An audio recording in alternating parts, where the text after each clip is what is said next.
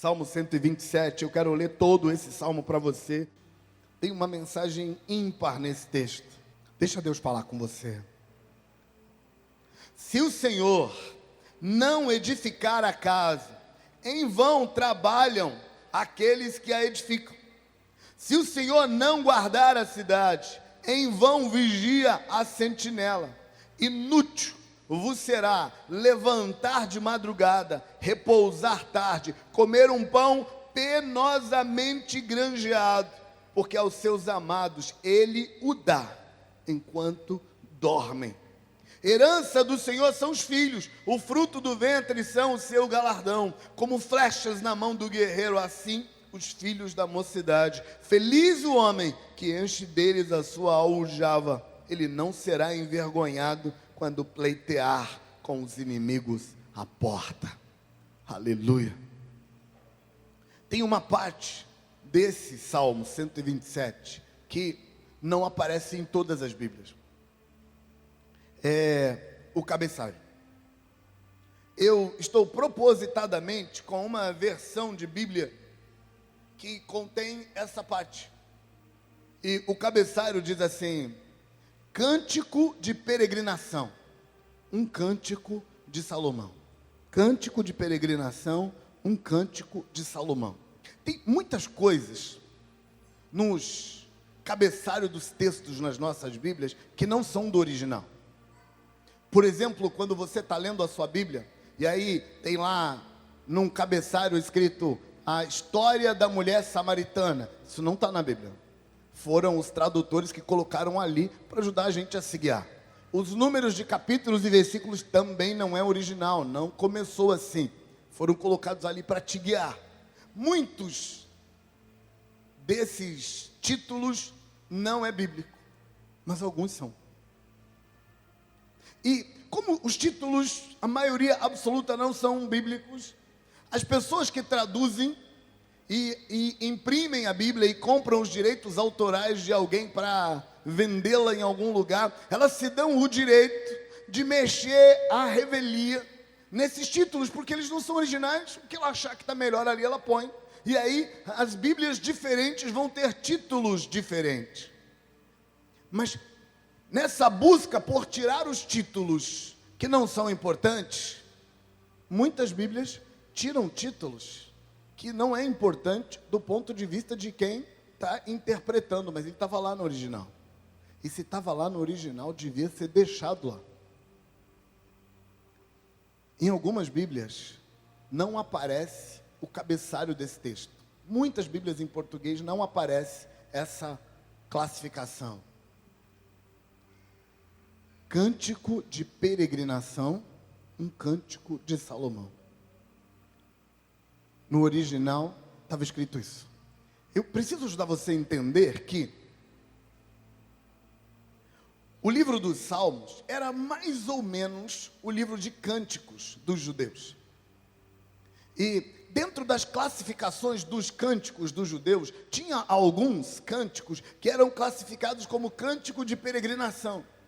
E os cânticos de peregrinação eram os cânticos feitos para as pessoas cantarem enquanto peregrinavam. Esse Salmo 127 é um dos cânticos de peregrinação. E ele foi feito por Salomão. Antes de falar de Salomão, me deixe falar do significado, do sentido de peregrinação. Naqueles tempos antigos, não tinha uma igreja em cada esquina. E não, eu não estou reclamando. Irmãos, de verdade, há 25, 30 anos atrás, quando começou esse mover de uma igreja em cada esquina, e muita gente protestava, falando, aquela igrejinha de fundo de quintal, não devia ter. A minha fala naquela época já era a mesma de hoje. Eu prefiro mais igreja na rua do que mais boteco. Prefiro. E sim, tem um sentimento no coração de muitos que ficam pensando assim, mas não é uma igreja boa. Se pelo menos fosse boa, mas não é boa na sua interpretação, no seu julgamento. Sabe, há alguns anos atrás, uma irmã nos visitou. Eu conhecia essa irmã de uns 30 anos atrás, mas fazia muitos anos que eu não a via. Ela nos visitou, eu a vi, abracei, abençoei. Ela foi embora. Depois ela mandou uma mensagem para mim, dizendo: Pastor Jucimar, eu amo você, mas eu não vou ficar na sua igreja, porque a sua igreja é a igreja de rico. Eu falei, amém. Pensou que eu ia falar não, né? Falei, amém. Aliás, meu irmão, quando alguém te chamar de rico, não fala outra coisa não, diga amém. Deus está enriquecendo você. Mas eu entendi, irmã, o sentimento dela era: eu gostei da sua igreja, Deus falou comigo, Deus me abençoou, mas eu não me sinto bem lá, porque tem um conjunto de complexos em mim que não me faz sentir bem lá. Eu entendo. Ela vai se sentir melhor em outro lugar. Sabe o que vai ser legal de muitas igrejinhas nas esquinas? Ninguém vai poder dizer: Deus, eu não achei nenhuma igreja que me cabia. Deus vai olhar para aquela renca de igreja que tinha na rua da casa dele e vai falar assim: ah não, pelo amor de Deus, não é possível que das 500 igrejas que tinha na sua rua, nenhuma te cabia. Tu é muito ruim, devia ir para o inferno. Estava tentando fazer uma piada, mas não deu certo. No tempo de Salomão, não tinha uma igreja em cada esquina. Tinha uma igreja só, um templo só. No bairro, não. Na cidade, não. No país inteiro. Israel é um país mais ou menos assim, comparativamente, dando um chute mal chutado. Israel é um país mais ou menos do tamanho do Espírito Santo. Menor. Mas tinha muitas cidades. Agora, imagina se, desde lá de Pedro Canário até Cachoeiro de Itapemirim, só tivesse uma igreja no Espírito Santo. Imaginou? Além disso, os israelitas sempre foram gente boa de relacionamento. Então tinha muito judeu fora de Israel. E só tinha um templo para quem estava dentro desse território, que já era longe. Então, por exemplo, os cristãos que moravam na Galileia, da Galileia a Jerusalém, dá cerca de 200 quilômetros. Mas Jerusalém não está no extremo sul, ela está mais ou menos no meio. Então tem muito chão para o sul ainda. Então, as pessoas andavam muito para chegar a Jerusalém, porque muita gente morava longe. Paralelo a isso, naquela época não tinha meio de transporte, as pessoas andavam a pé. Pastor, mas naquela época tinha cavalo, tinha camelo, tinha dromedário, tinha jumentinho, principalmente jumentinho, tinha muito jumentinho naquela época, era muito usado os jumentinhos. Mas não era comum se usar cavalgadura para viajar. Normalmente, quem usava cavalo era o exército. Quando era tempo de guerra, o povão andava a pé. Mas o povão não tinha jumentinho, por que não montava no jumentinho? Normalmente, quando você encontrava alguém montado no jumentinho, ou ele era autoridade, ou estava doente, não conseguia andar, ou estava grávida e não conseguia andar. Em geral, o povão andava a pé mesmo, e era normal para eles andarem a pé. Agora, o caminho que essa pessoa fazia a pé, entre a casa dela e os centenas, às vezes milhares de quilômetros que ela fazia a pé, até o templo, e era lei de Israel. Um homem, a mulher não, mas o homem precisaria ir a Jerusalém pelo menos 3 vezes por ano. Se ele morasse muito distante, teria que ir uma vez por ano. Então, tipo, se morasse no Brasil, assim, tinha que ir uma vez por ano ao templo. Esse caminho que ele faria da casa dele até o templo era chamado de peregrinação. Nesse caminho eles paravam para descansar, paravam para comer, paravam para dormir, paravam para bater papo, paravam para esperar as crianças descansarem. Às vezes os adultos não estavam cansados, mas as crianças estavam. Para as ovelhas e animais descansarem. Para que ovelha e animal? A boa parte da comida deles eles levavam crua para cozinhar no caminho, e a ovelha era uma dessas. Mas muitas dessas ovelhas eram levadas para o templo para ser sacrifício. Então, a peregrinação deles, muitas vezes, era uma caravana com muita coisa. E era num ritmo, às vezes, o ritmo da criança, o ritmo do idoso que estava indo para Jerusalém. Uma peregrinação era essa caminhada entre sair de casa e chegar no templo. Para a peregrinação, foram compostos cânticos, que eram cânticos que o povo ia cantando pelo caminho, enquanto caminhavam, e iam aprendendo a palavra de Deus enquanto cantavam, e iam se preparando para quando chegassem no templo, já chegarem lá inspirados, para receber de Deus, para buscar a face de Deus. Foi Salomão que escreveu esse cântico. Tanto Salomão, que fez questão de escrever cântico de peregrinação, quanto outros escritores da Bíblia, e fora da Bíblia, entenderam que a peregrinação, o caminho entre a saída de casa e a chegada no templo, que a peregrinação era um sinônimo da vida. Essa ideia de peregrinação se tornou simbólica, e se tornou tão simbólica, que a maioria das pessoas, quando ouve falar numa pregação ou numa leitura sobre peregrinação, ela linka muito mais ao significado do que ao significante. A maioria das pessoas não reconhece a palavra peregrino como alguém que sai da casa dele na Galileia e vai para o templo de Jerusalém adorar. A maioria das pessoas, quando pensa em peregrino, eles já pensam no significado.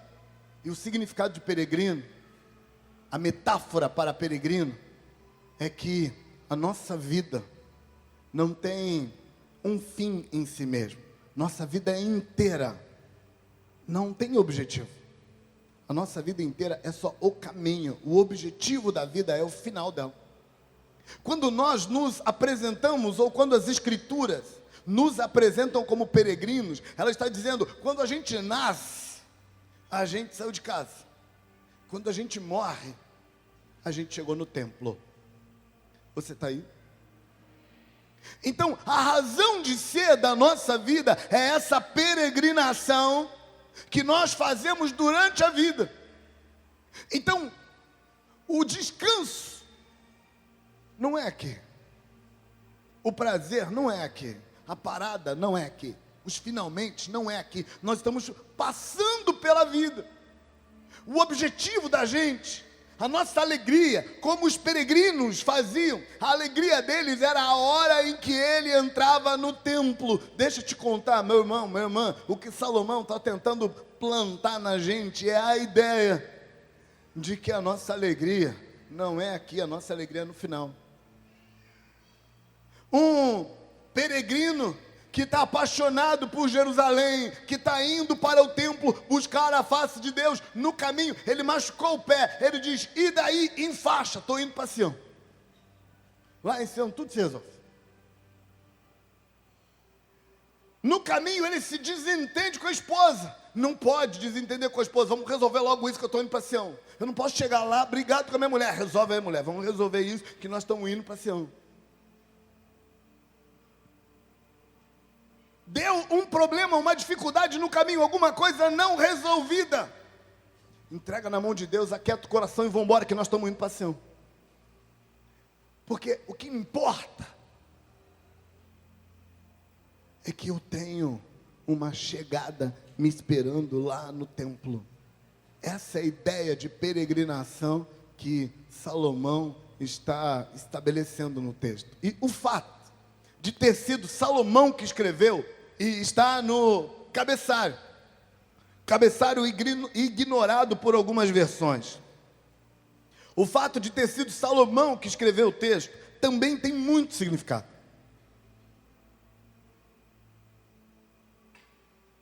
Porque se você andou lendo os escritos de Salomão, por exemplo, Provérbios, Eclesiastes, Cantares de Salomão, você sabe que Salomão foi considerado na história dos reis de Israel, profetizado, que ele era o homem mais sábio de todos os tempos. Deus deu para ele uma graça e uma sabedoria que vai além da capacidade humana, e portanto, ele tinha sacadas, percepções, entendimentos, que é muito além. Então, quando você lê os textos de Salomão, você nota uma coisa incrível. Salomão nunca queria dizer só aquilo que parece que ele está dizendo à primeira vista. Nunca. Salomão é sempre mais profundo do que aquilo que parece à primeira vista. Foi Salomão que falou? Foi. Presta atenção que tem alguma coisa a mais aí. Porque ele era de uma sabedoria. E na época de Salomão, os sábios tinham prazer em esconder verdades à vista. Esconder conhecimento à vista. Para os seus discípulos perscrutarem e descobrirem o que ele estava falando. Então, Salomão, quando escreve alguma coisa, ele sempre quer dizer mais do que isso. Então, deixa eu te dizer o que eu entendo que Deus está usando Salomão para falar comigo e com você. Deus está dizendo, através de Salomão, para mim e para você, o seguinte: para de procurar realização, alegria e fim nessa vida. Sua vida é só a passagem. Salomão está dizendo, você está peregrinando entre o nascimento e a morte. E o que vai contar quando você chegar lá no templo, o que vai contar é se você estava indo para o templo mesmo, ou se você estava indo para a peregrinação. A graça da peregrinação não é a peregrinação, a graça da peregrinação é o templo. E você vai adentrar o templo quando a sua luz apagar. E pasmem vocês, eu sei que vocês não querem acreditar nisso, mas vai apagar. Eu não sei se você sabe, mas se você não sabe, eu vou te contar. Você vai morrer. Vai morrer, você vai morrer. Se não morrer de novo, vai morrer de velho. Vai morrer. Você vai morrer. Não queria ouvir isso hoje, né? Algo domingo, um domingo festivo. Não queria escutar isso hoje, mas eu vou te contar. Você vai morrer.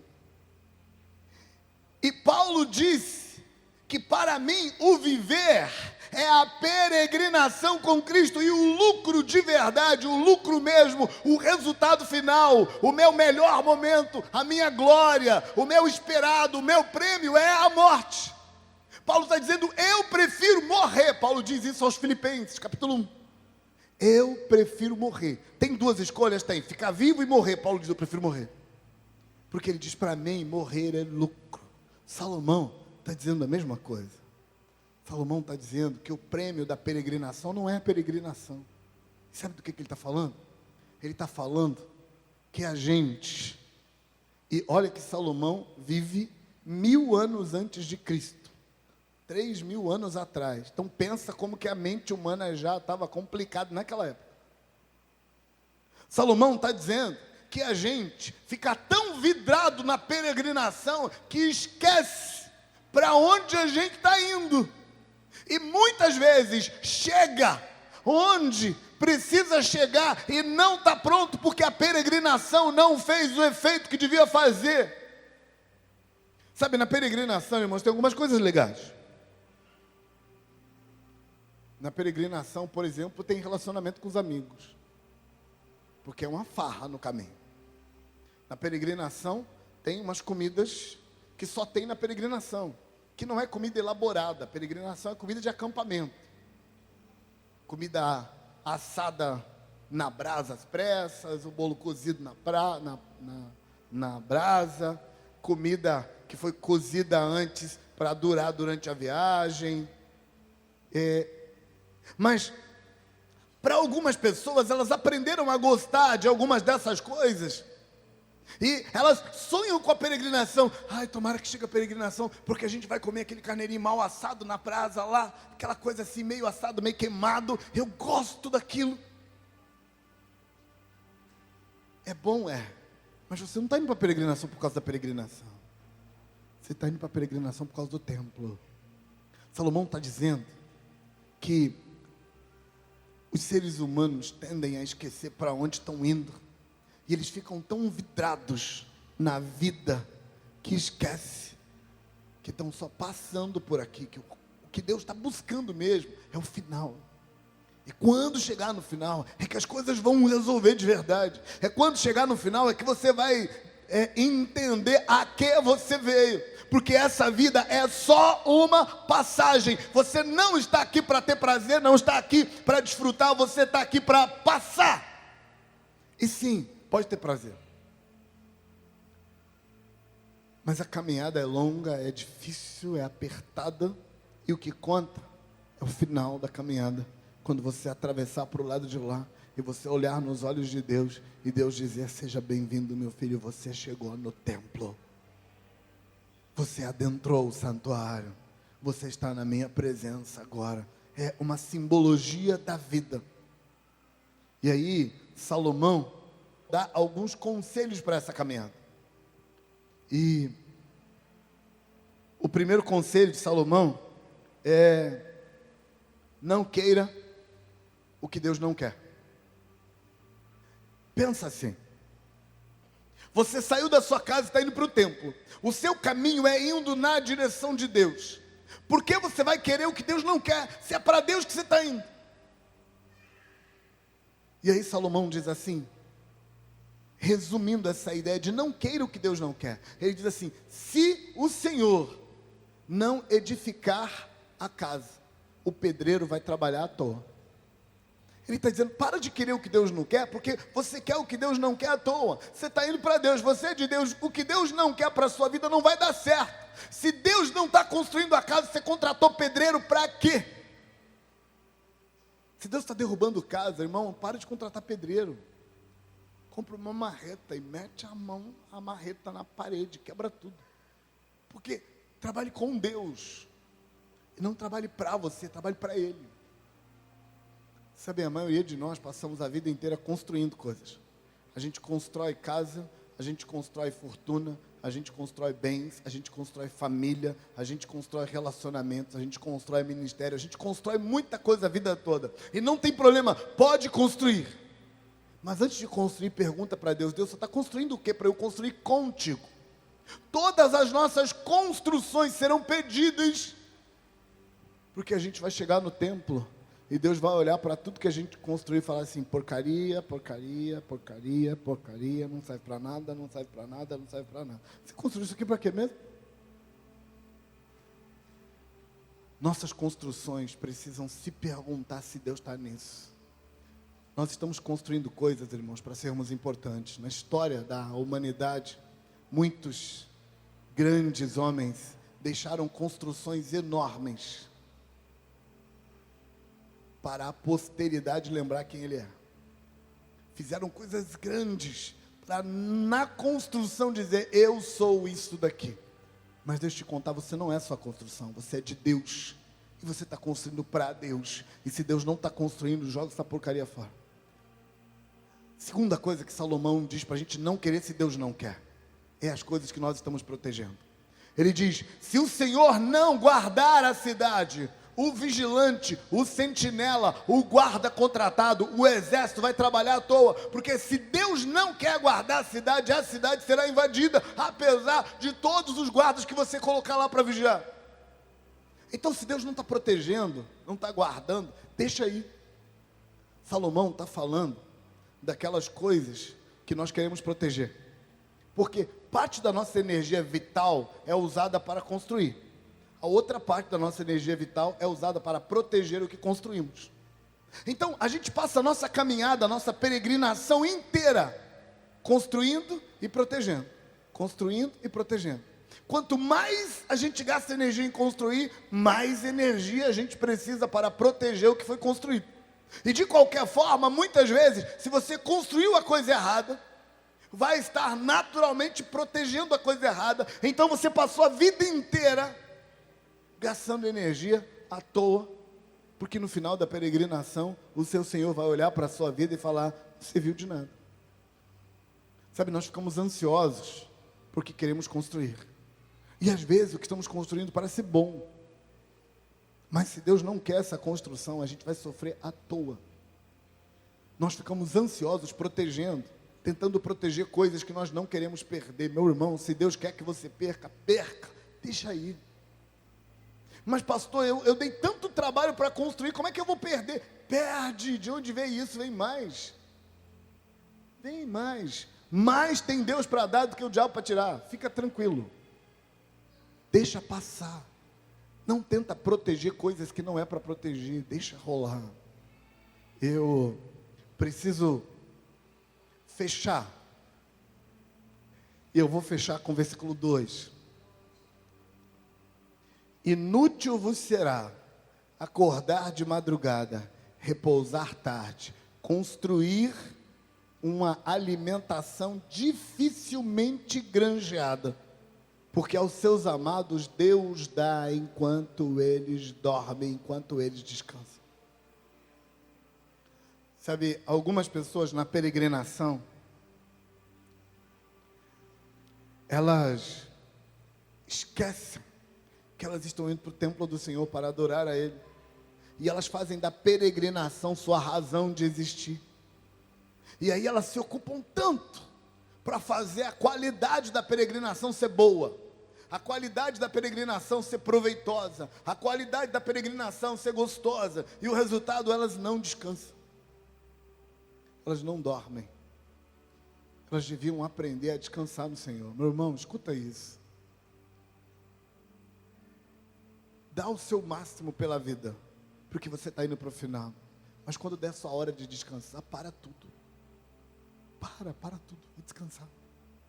Mas pastor, se eu não fizer, ninguém faz. Talvez seja verdade, mas e daí? Vou te contar uma coisa. Você estica hoje e não descansa, porque você quer terminar. Quando o amanhã chegar, o amanhã vai trazer outra demanda, e você vai ter que esticar amanhã também. E depois de amanhã você vai ter que esticar de novo, e de novo, e de novo, e de novo, e você não descansa. Sabe o que é pior? Você está esticando, não descansando, não confiando em Deus, para construir o que Deus não está construindo, e para proteger o que Deus não está protegendo. Serve de que isso? Quando você entende que a vida é só uma peregrinação, e que o objetivo é chegar no final dela, então nada no caminho realmente importa.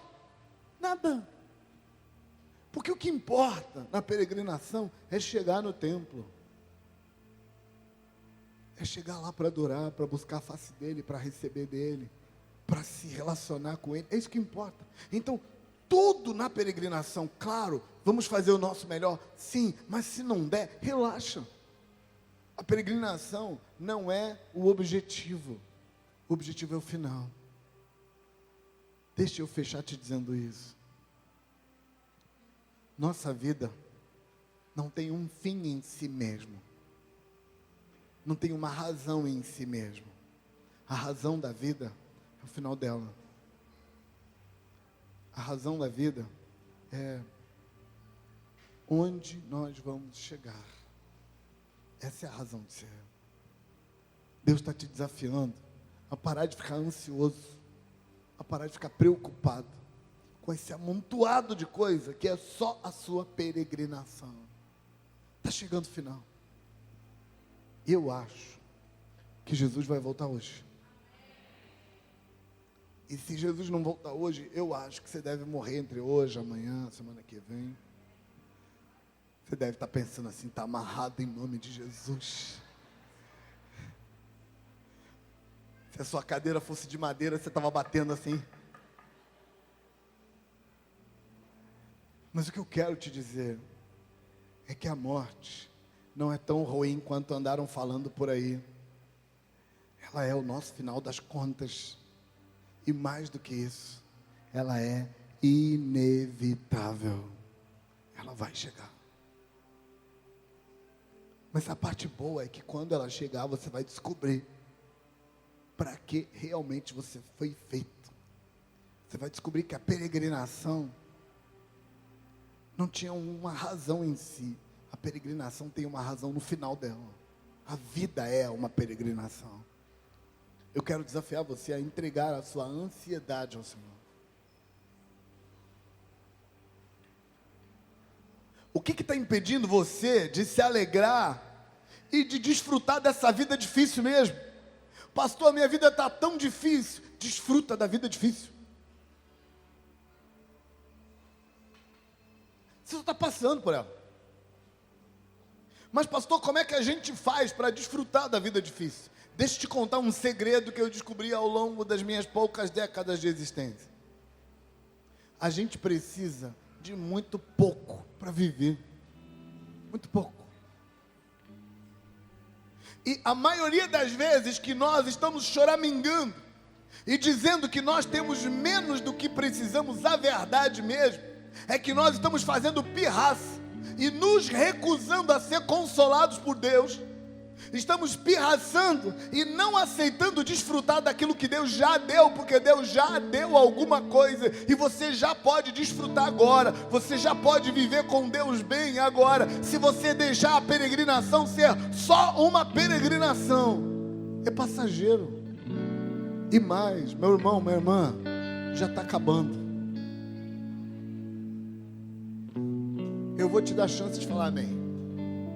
Meu irmão, minha irmã, já está acabando. Você não precisa deixar a vida roubar sua alegria só porque as coisas estão dando errado. Escuta, está dando errado para todo mundo, está todo mundo peregrinando. Não, pastor, mas tem gente que tem mais dinheiro do que eu. Talvez essa pessoa que você sabe que tem mais dinheiro que você, talvez ela tenha mais dinheiro e mais problema que você. Talvez ela chora mais do que você e sofre mais do que você. E você não sabe porque você está ocupado demais olhando para o seu umbigo e se comparando com o outro. Meu irmão, minha irmã, essa vida é só uma peregrinação. Nós estamos passando pela vida. E a peregrinação é difícil para todo mundo. É andar a pé, é machucar o pé, é comer mal, é ter má qualidade. Faz parte, é assim mesmo. É o final da peregrinação que conta. Eu quero desafiar você a entregar para Deus o que está te preocupando. O que está te preocupando? O que está te deixando de cabelo em pé? O que está te deixando chateado? O que está fazendo você fazer pirracinha, magoadinho, porque eu queria que fosse do meu jeito, mas não é. Nada é do jeito de ninguém, irmãos. As coisas não dão certo mesmo. Faz parte da vida. É a peregrinação. Quero desafiar você a ficar bem, porque você tem Deus na sua vida, a ficar bem, mesmo as coisas não funcionando do jeito que você queria. Eu quero desafiar você a parar de fazer pirraça e a confiar no seu Deus.